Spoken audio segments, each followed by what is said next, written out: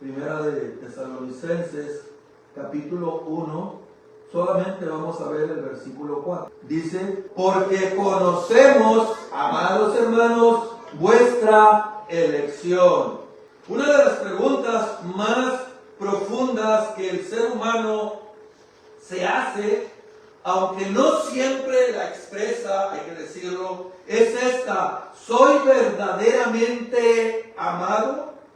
Y es que usted y yo, mis amados, vivimos en un mundo donde el amor suele ser condicional. Te amo, pero si tú haces esto o aquello.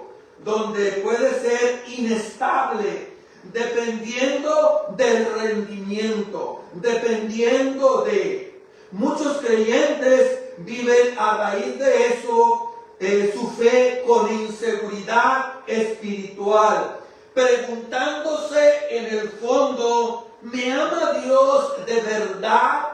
Y esta pregunta se la hace cuando está sobre todo en momentos aflictivos. ¿Será que acaso Dios me ama de la verdad?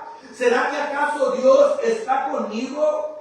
¿Seguirá Dios amándome mañana? Porque solemos comparar el amor de Dios con nuestro amor. ¿Cuántos nos hemos despertado un día amando a nuestro cónyuge y otro día estando molestos, no sintiendo lo mismo? Nuestro amor en ocasiones depende de las emociones, pero vamos a comprobar que el amor de Dios no obra de esa manera. El amor de Dios va sobre todo, hermano, sobrepasa todas estas cosas. La siguiente, hijo. En 1 Tesalonicenses 1:4, el apóstol Pablo responde a esa inquietud que los tesalonicenses cada uno de nosotros hemos tenido en un momento determinado. Responde a esa inquietud, no con emociones ni con suposiciones, sino con una declaración teológica firme. Él no solo afirma que los creyentes son amados por Dios, sino que explica cómo ese amor se manifestó en la historia. Porque conocemos, hermanos amados, vuestra elección. El amor de Dios no es un amor abstracto, ni tampoco sentimental. Es un amor que elige y su llamado transforma las vidas de las personas. Así que antes de hablar de la fe de los tesalonicenses, Pablo afirma que su vida cristiana descansa en una realidad previa. Ellos fueron amados y elegidos por Dios. Es por ello que se comportan como lo hacen. La vida cristiana descansa no en el amor del creyente hacia Dios, sino en el amor soberano y previo de Dios por el creyente. En eso descansa. Así que veamos en primer lugar, siguiente, hijo. Amados de Dios, una identidad, no un sentimiento. El ser amados por Dios, iglesia, habla de identidad, no de sentimiento. Cuando Pablo llama a los creyentes amados por Dios en el verso 4, no está usando aquí una frase emocional, no está usando tampoco una frase poética solamente. No, mi amado hermano. Por eso, una de las cosas hermosas es el griego, porque el griego es riquísimo en contenido. Esta palabra que Pablo está usando es una forma verbal muy precisa en el griego para enseñar una verdad doctrinal profunda. ¿Qué significa la expresión griega? Igapepamenoi teu. Literalmente significa habiendo sido amados por Dios. Y aquí está la clave. Esto es importante porque Pablo no dice, ustedes se ganaron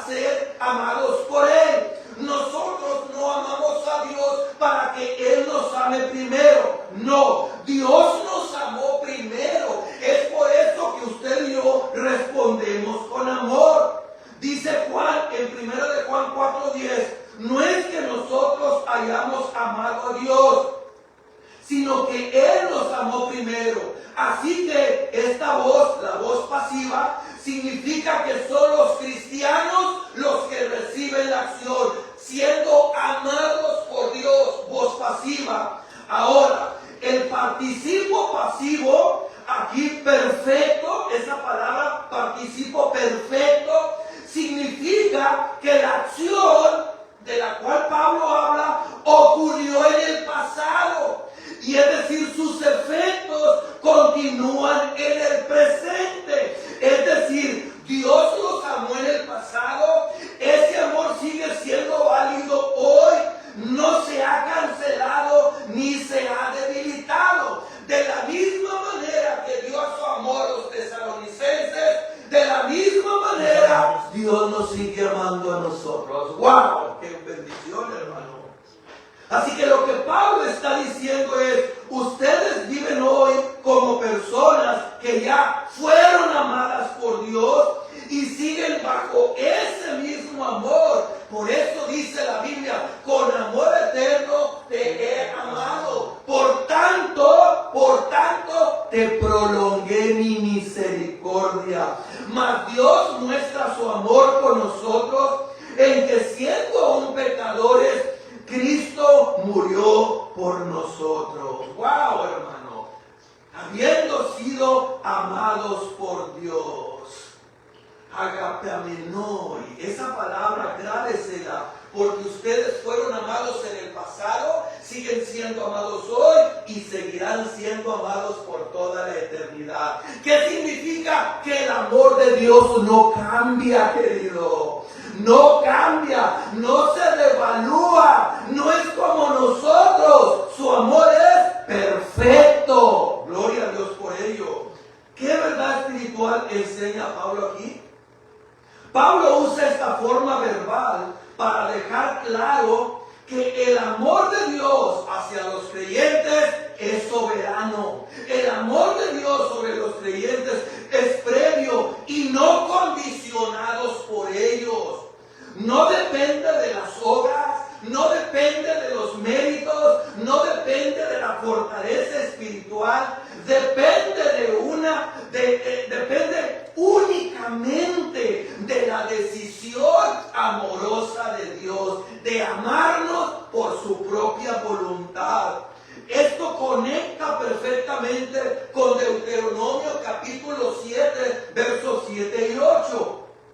Cuando Moisés le dice al pueblo de Israel, no por ser vosotros más que todos los pueblos los ha querido Jehová, sino porque Jehová te amó. Porque Él hizo un pacto, Él es fiel a su pacto, hizo un pacto con Abraham. Por eso es que son amados ustedes, no porque sean los mejores que otros, sino porque Dios te quiso amar.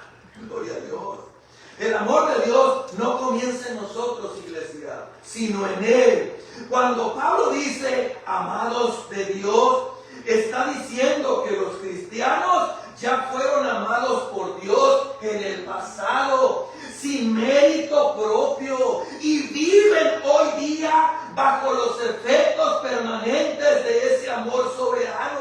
Y esto encaja perfectamente en lo que escribió Lutero a Erasmo de Rotterdam en las disputaciones de Heidelberg. Dice Lutero, nuestro Dios no se mueve hacia aquello que primero le resulta agradable para entonces amarlo, sino que Él decide amarlo. Dice, Él decide amar lo que no le resulta atractivo para comenzar a trabajar en Él y hacerlo agradable. Es por ello que los pecadores no son amados por ser hermosos, no. Ellos son hermosos por ser amados. De manera que el amor de Dios no es reactivo, el amor de Dios es activo. Él decidió amarnos cuando no había absolutamente nada en nosotros que nos hiciera atractivos delante de sus ojos. Hermano, esa es la perspectiva del amor de Dios que nos enseña la cruz de Cristo. Dios escoge lo que es desagradable, lo que es repulsivo, sin ninguna cualidad que lo haga intrínsecamente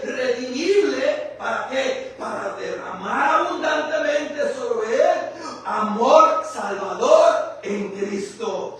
Porque Cristo, dice Pablo en Romanos 6, 5, 6 al 8, cuando éramos débiles, a su tiempo murió por los impíos. Ciertamente morirá por un justo, con todo pudiera ser que alguno osara morir por el bueno. Mas Dios muestra su amor para con nosotros, y me encanta eso, en que siendo aún pecadores, estando en esa condición de miseria, Cristo murió por nosotros. Gloria a Dios, hermano. ¿Sabe lo que eso significa? ¿Sabe lo que significa? Que el amor de Dios por los suyos nunca cambia. Amados de Dios, nunca cambia, mis queridos hermanos, y nunca termina, porque el amor de Dios no depende de nosotros, depende de su decisión soberana de amarnos en Cristo Jesús. Una decisión que Él tomó desde antes de la fundación del mundo por el puro afecto de su voluntad.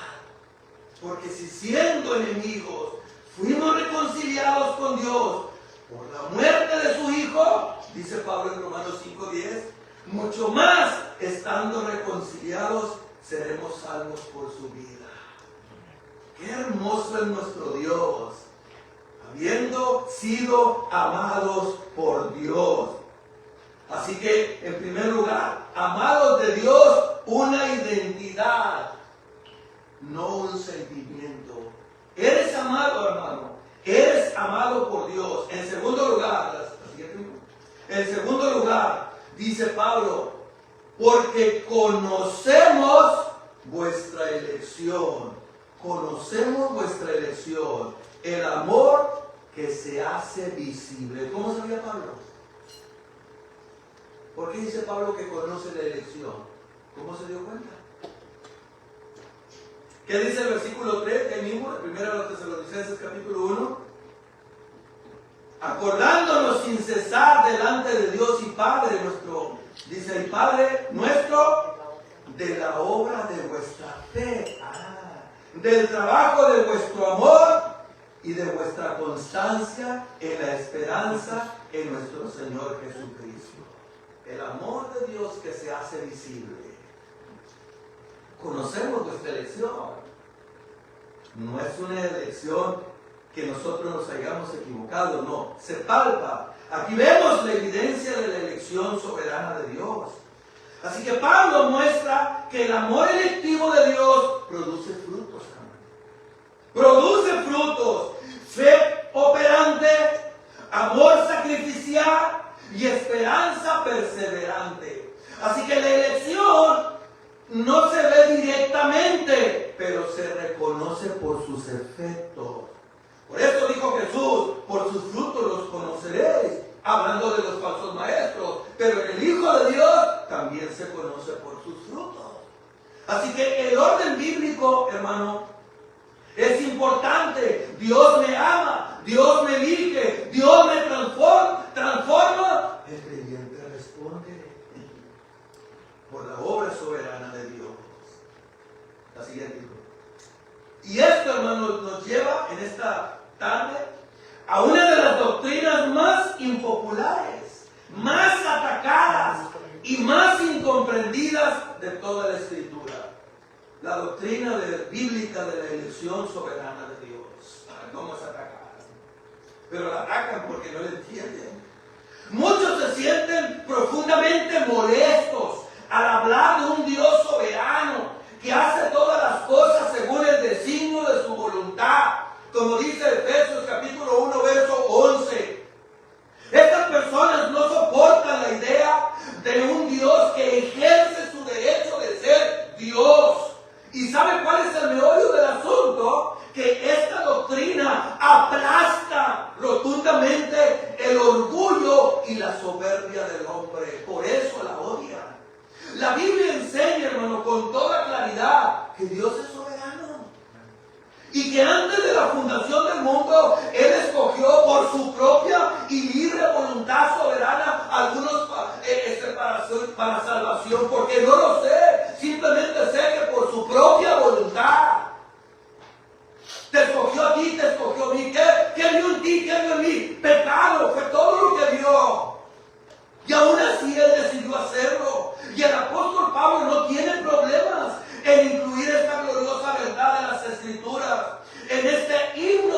alabanza por habernos escogido para salvación antes de la fundación del mundo.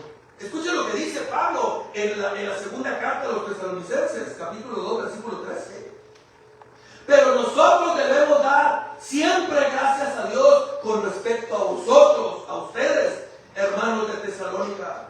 Dice, hermanos amados, otra vez, por el Señor, el que Dios os haya escogido desde el principio para salvación. Señor, predisco en Listra, no. En Derbe, no. En Troas, no. Y siguió Pablo hasta que un varón macedonio le dijo, pasa a Macedonia. Y fue a Europa, predicó en Tesalónica y nace la iglesia. Oh, la soberanía de Dios. Gloria a Dios. ¿Se da cuenta? Dios ya nos tenía en mente desde antes de la fundación del mundo. Si hay una verdad, hermano, en las Escrituras en las que debemos meditar continuamente, es en la soberanía de Dios. Me encanta lo que dijo el pastor y autor A.W. Pink en su libro La soberanía de Dios. Dijo Pink, ¿qué queremos decir con esta expresión? Queremos decir la supremacía de Dios, que Dios es rey, que Dios es Dios. Decir que Dios es soberano es declarar que el Altísimo, el que hace todo conforme a la voluntad, en las huestes del cielo y en los habitantes de la tierra, de modo que nadie puede detener su mano y decirle, ¿qué haces? Decir que Dios es soberano es declarar que Él es omnipotente, el poseedor de toda potestad en los cielos y en la tierra, de modo que nadie puede hacer fracasar sus consejos, impedir sus propósitos, ni resistir su voluntad. ¿No le da consuelo eso, iglesia? No importa que el mundo convulsione, ninguna institución, ningún organismo podrá impedir el consejo de Dios, podrá impedir su propósito, nadie podrá resistir su voluntad. Sigue diciendo Pin, decir que Dios es soberano es declarar que se enseñorea de las naciones, levanta reinos, derrumba imperios y determina el curso de las dinastías según le agrada. Decir que Dios es soberano es declarar que Él es todopoderoso, Rey de reyes y Señor de señores. Tal es el Dios de la Biblia. Aquí la cito. Tal es el Dios de la Biblia. Así que nuestro Dios es soberano, iglesia, y Él está usando ese derecho divino en la salvación de los pecadores. Escucha lo que dice Hechos, capítulo 13, versículo 48. Los gentiles, oyendo esto, el testimonio, se regocijaban y glorificaban la palabra del Señor. Y luego añade, y creyeron todos, no, creyeron todos los que estaban ordenados para vida eterna. Hermano, escoger en el griego significa tomar o hacer una selección. Esta palabra se usa en Lucas capítulo 6, verso 13, al hablar de la selección que hace Cristo de los 12 discípulos, de los 12 apóstoles. ¿Por qué no escogió a otros? Porque precisamente ellos. ¿Acaso no había otros más académicos mejor que estos pescadores? Claro. ¿Y por qué los escogió? Porque Cristo quiso. Ellos no decidieron ser apóstoles. Cristo los escogió. Cristo los seleccionó soberanamente de entre la multitud que los seguía para que fueran sus apóstoles. Y lo que tenemos aquí en este versículo 4 de Primera de Tesalonicenses es que Dios escogió a los tesalonicenses para salvación. Por eso Cristo dijo en Juan 15:16, no me elegisteis vosotros a mí, sino que yo los elegí a ustedes. Y me encanta lo que dice William Hendrickson. Dice, en la tierra los amigos generalmente se escogen entre sí. Pero la amistad de la que Jesús está hablando en Juan 15:16, habla, dice, es diferente porque es una amistad unilateral en su origen. No se produjo por un acercamiento gradual de ambos lados, como ocurre a menudo entre los hombres, sino que la produjo solo Jesús. Estas palabras ponen de manera sobresaliente el carácter libre, independiente y espontáneo del amor de Cristo. Cristo nos amó y nos escogió cuando nosotros no queríamos nada de Él. No queríamos saber nada de Él. Nos escogió cuando éramos sus enemigos. Esa es la realidad, iglesia. Cuando tú y yo éramos enemigos, Él nos escogió. Dios, hermano, la siguiente. Eligió a los tesalonicenses, no los tesalonicenses a Dios. No al revés. Pablo dice, conocemos vuestra elección, no una elección hecha por ellos, sino sobre ellos. Todavía no existía Tesalónica, y Casandro le puso Tesalónica en honor a su esposa.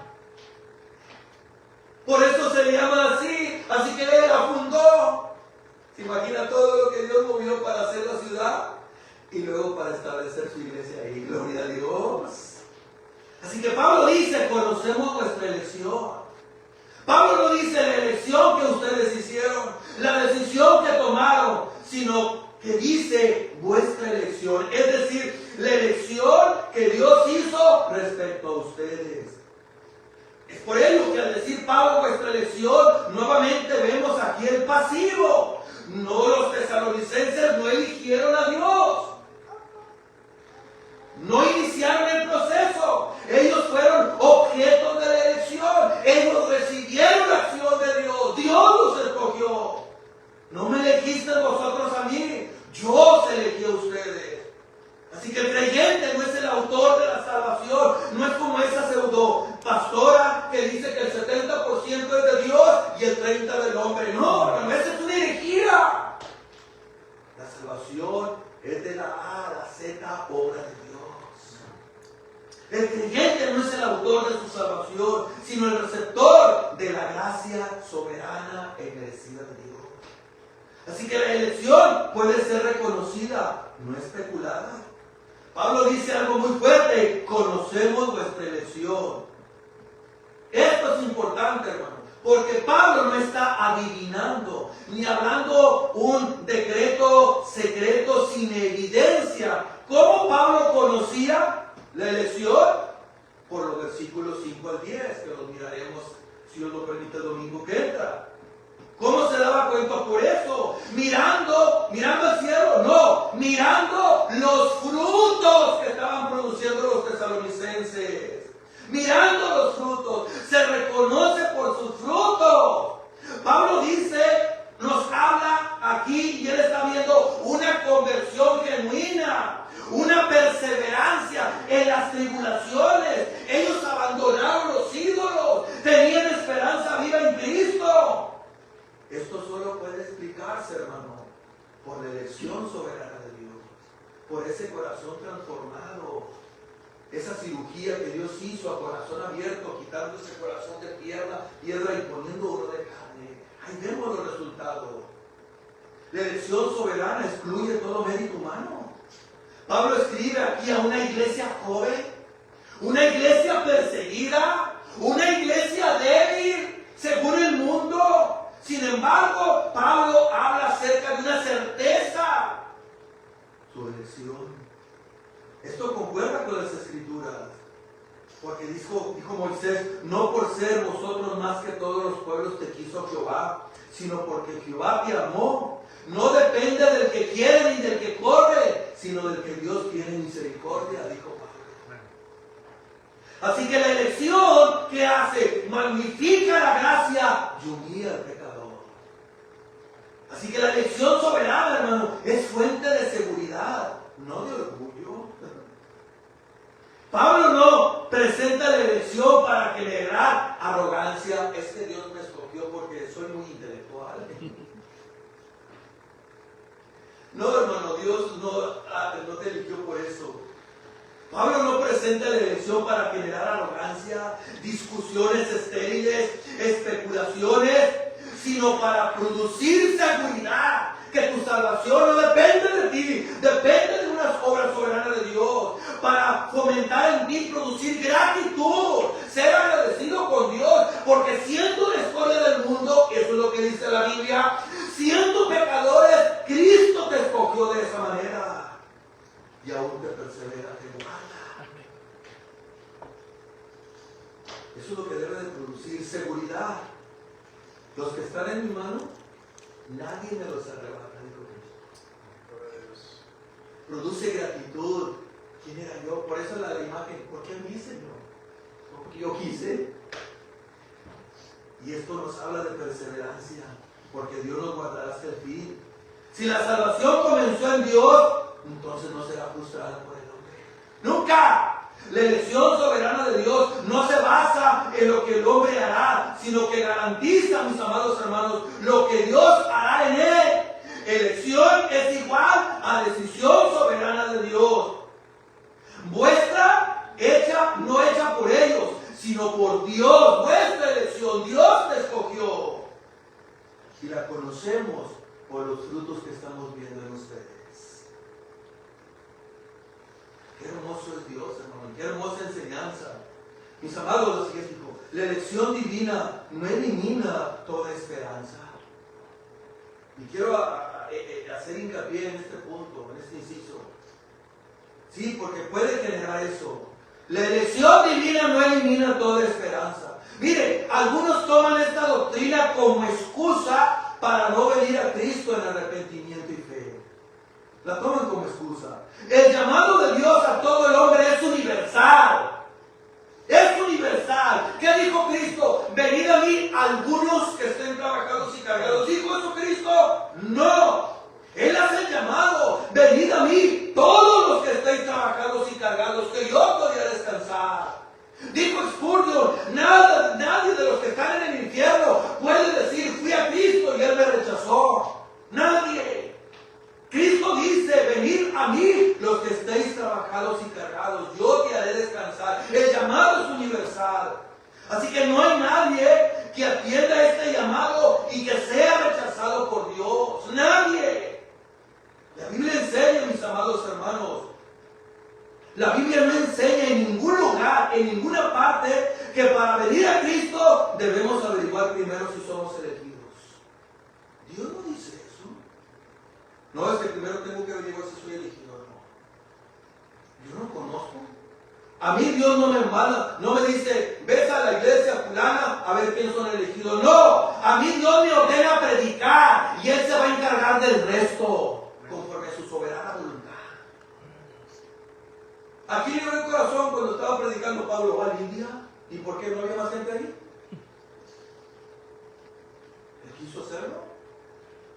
Así que la gente toma esa excusa. No, es que no soy elegido, no. Dios no te está pidiendo que tú averigües.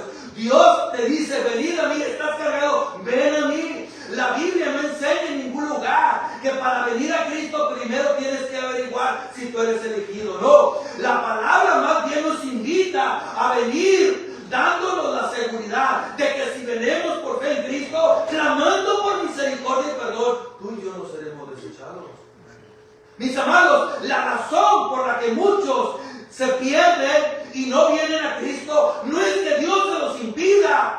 Dios no le impide a nadie venir a Él. Él se deleita en tener misericordia. Él se deleita en perdonar. No, la razón por la que muchos no vienen a Él y se pierden es su pecado, es la dureza de su corazón. Esa es la razón por la que muchos no quieren venir a Cristo, el arrepentimiento y fe, porque aman más las tinieblas que la luz. Se gozan en el pecado. Pero ¿sabes cuál es la buena noticia? Que Cristo tiene el poder para vencer esa obstinación. Y este poder es a través de la predicación de la locura del Evangelio, la locura de la cruz. Esta es la razón por la que no nos cansamos de predicar, porque Dios, ese Dios que escogió a muchos para salvación, que te escogió a mí, que me escogió a mí, también ha escogido el medio por el el cual van a ser salvos. Y el medio primordial escogido por Dios es la locura de la predicación. Por eso dice Pablo en Romanos 1:16 que el evangelio es poder de Dios para salvación. Y en Romanos 10:17 dice que la fe es por el oír y el oír por la palabra de Dios. A Dios le plació salvar a los creyentes por la locura de la predicación. Usted tiene la responsabilidad de responder al llamado de Dios. Esa es tu responsabilidad. Dios es soberano, hermano, sí es verdad, pero el hombre también tiene responsabilidad. Ambas cosas están en la Biblia. Nadie será salvo hasta que no se exponga a las escrituras, donde el verdadero evangelio se predica y Dios haga una obra. Por eso me encanta lo que dice Pablo allá en Corintios. Toma el pasaje de Génesis, porque así como dice el Génesis en el principio, cuando Dios habló, sea la luz, de la misma manera, cuando se predica el evangelio, están las personas en la multitud, y luego de repente Dios toma unos y sea la luz, y Dios abre el entendimiento. Wow, hermoso, hermano. Por eso no nos cansamos de predicar la Biblia. La Biblia no dice, si son elegidos serán salvos. La Biblia dice, si crees serás salvo.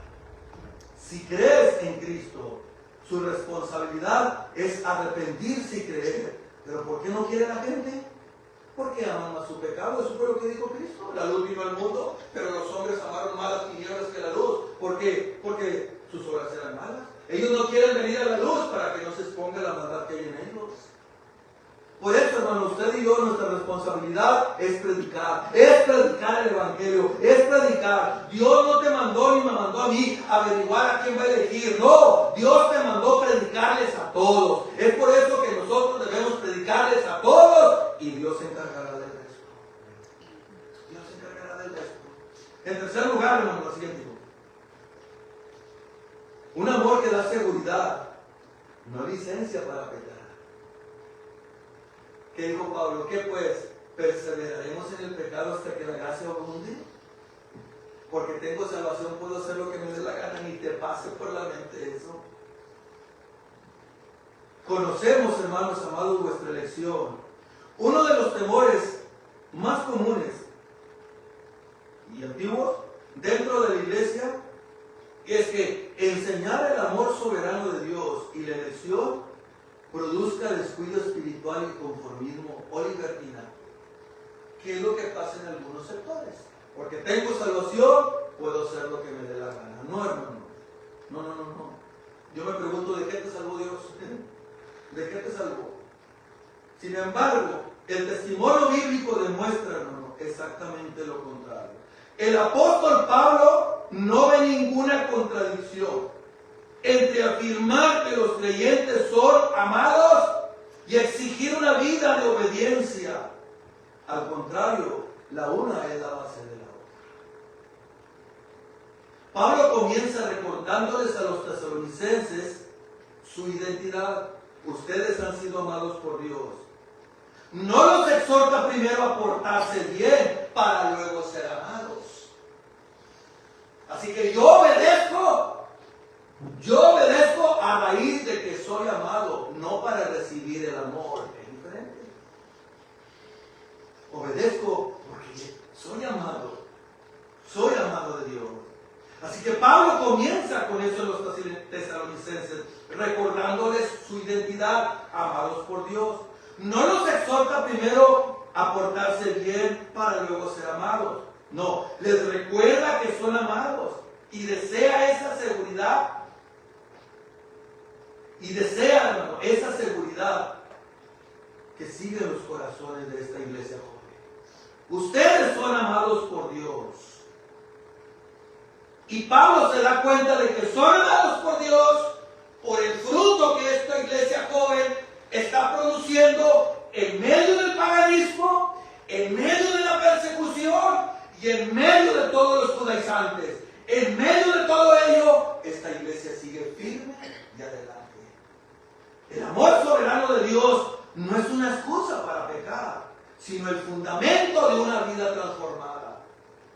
Algo sucedió aquí en el corazón y lo vamos a reflejar con nuestra vida diaria. Así que yo no hago obras para ganarme la salvación. Mis obras son a raíz de que ya soy salvo. Es el fruto que produce un corazón regenerado. La siguiente. Mire, las evidencias visibles del amor soberano de los tesalonicenses. Tome nota.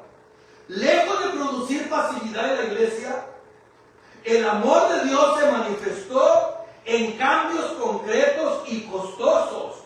Versículo 6 de 1 de Tesalonicenses 1. Habiendo recibido la palabra en medio de qué, hermano, de las fiestas, en medio de la algarabía, dice eso el versículo 6 de 1 de Tesalonicenses. No, habiendo recibido la palabra en medio de gran tribulación, siendo prensados, perseguidos. Ustedes ahí recibieron la palabra. Si el amor soberano produjera descuido espiritual, ¿qué cree que hubiera pasado con estos hermanos en medio de la persecución? ¿Qué cree que hubiera pasado, hermano?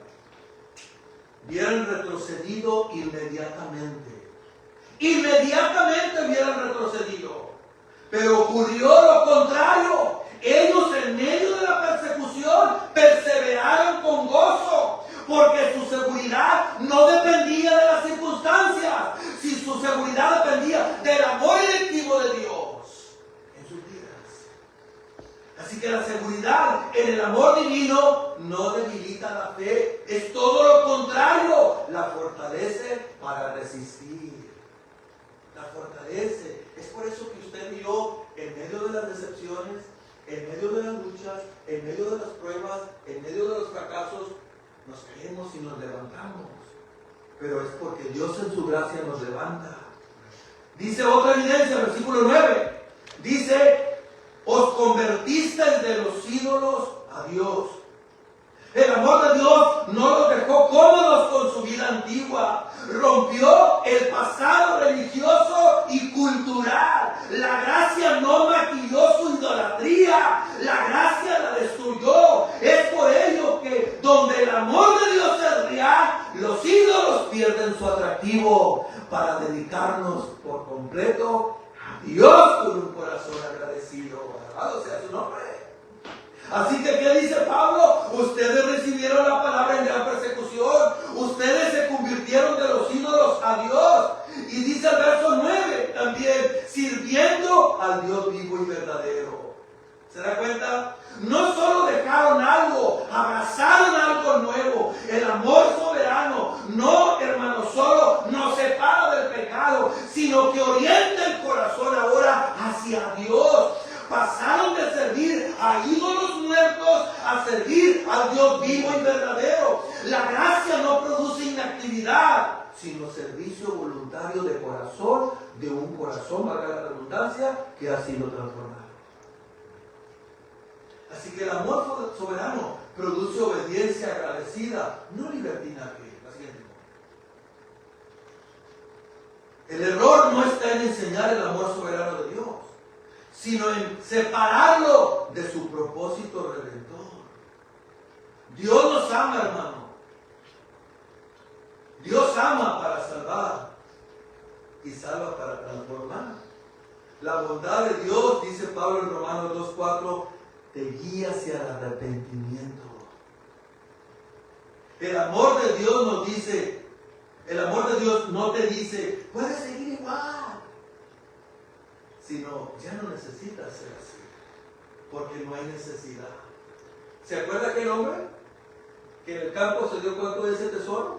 Encontró un tesoro y que va, vende todo lo que tiene, porque ese tesoro lo cautivó, lo transformó. Vende todo lo que tiene, compra el terreno por ese tesoro.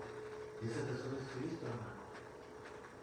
Cuando el creyente entiende que es amado sin mérito, su respuesta natural no es el pecado deliberado, sino gratitud, reverencia y obediencia a Dios.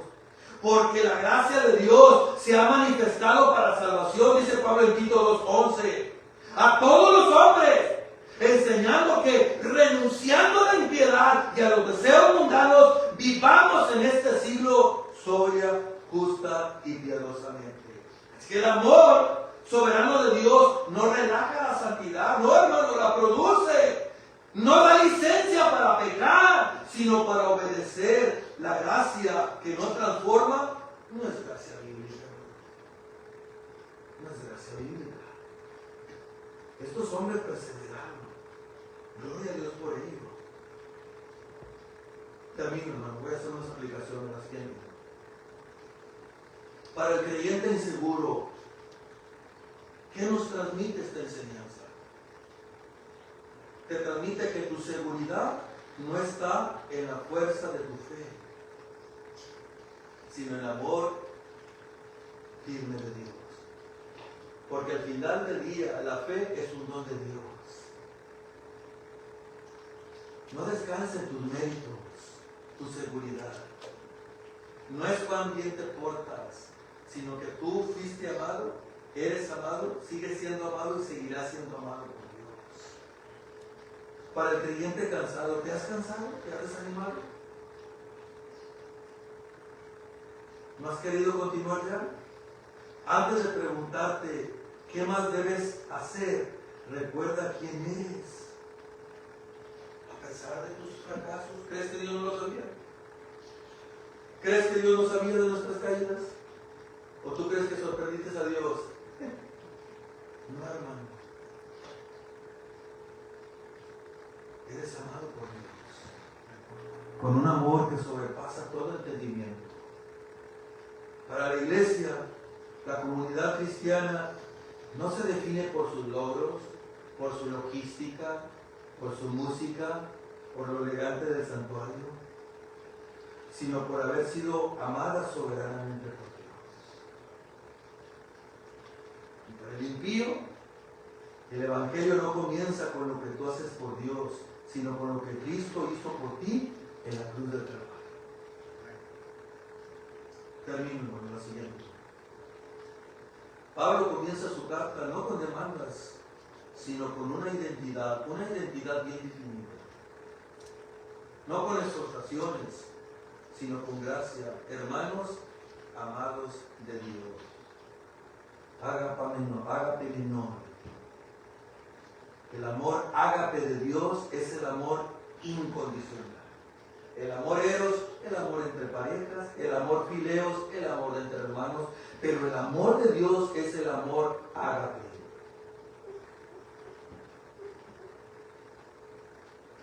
Hermanos amados de Dios. Esa frase sostiene toda la vida cristiana. El cristiano no vive para ser amado por Dios. Vive porque ya ha sido amado por Dios. Y mira lo que dice Romanos 8:38. Nada nos podrá separar del amor de Dios. Nada, que es en Cristo Jesús, Señor nuestro. Nada te podrá separar del amor de Dios. Nada. La fe cristiana no descansa en cuanto amamos a Dios, sino en cuán profundamente Él nos amó primero. Dudas del amor de Dios, por favor, mira hacia el Gólgota, mira hacia el Calvario y date cuenta del amor de Dios por ti.